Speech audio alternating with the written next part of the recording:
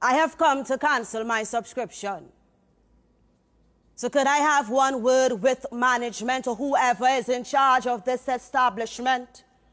Because it feels like I have been subscribing to fraud and embezzlement.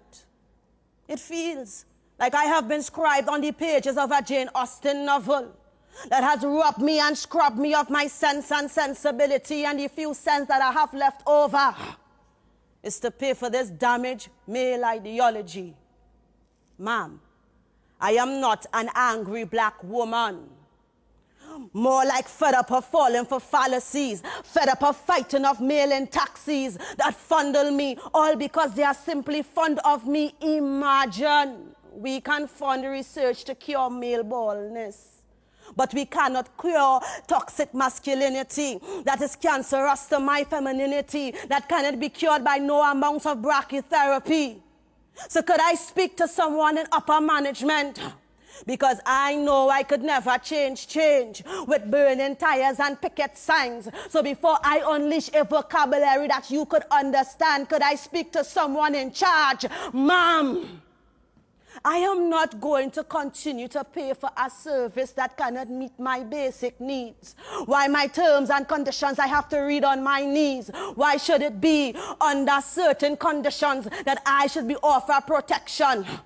Or maybe I am the one that misread the fine print where it said that I could be killed and dumped like refuse. My demise could be used as marketing schemes and tools.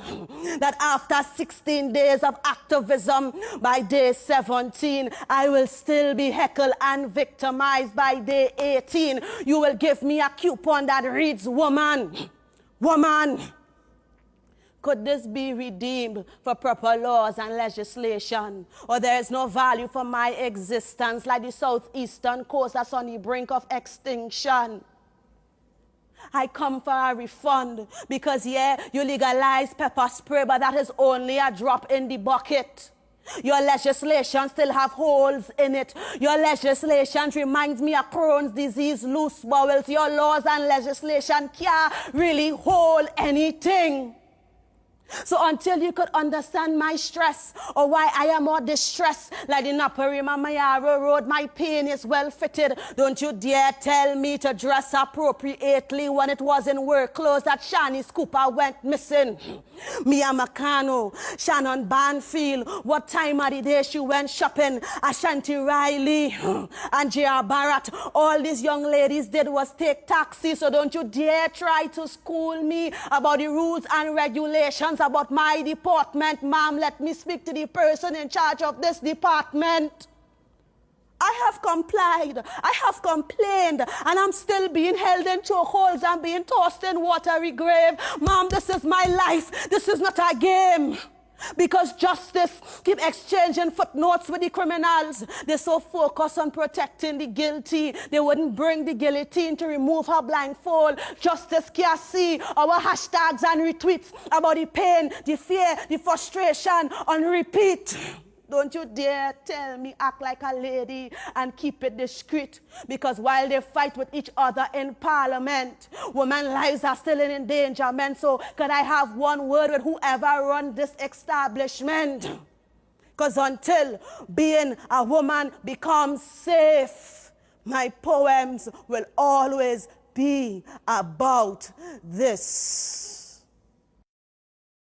So Zakiya, what's the difference between Zakiya and Gill, is it? Yeah, Zakiya is the more reserved, quiet person off stage. A lot of people are so shocked when they meet me in person. It's like, you're so quiet.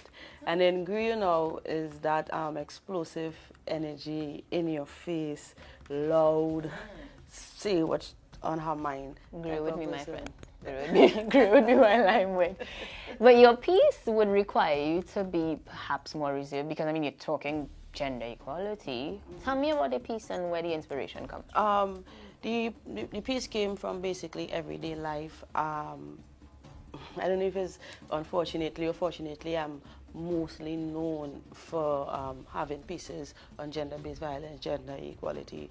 But because of particular things that happened leading up to the finals, because this wasn't even the piece I was going with, but because of events that led up to the finals, I realized that I in particular, cannot speak enough about gender equality. Like, women are still, it's still hard, very difficult to be a woman.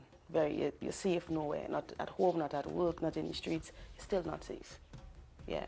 So we're going to hear more and more of that from you. But for now, we will let the people at home ponder on that one as we take a quick break and come back with more after this.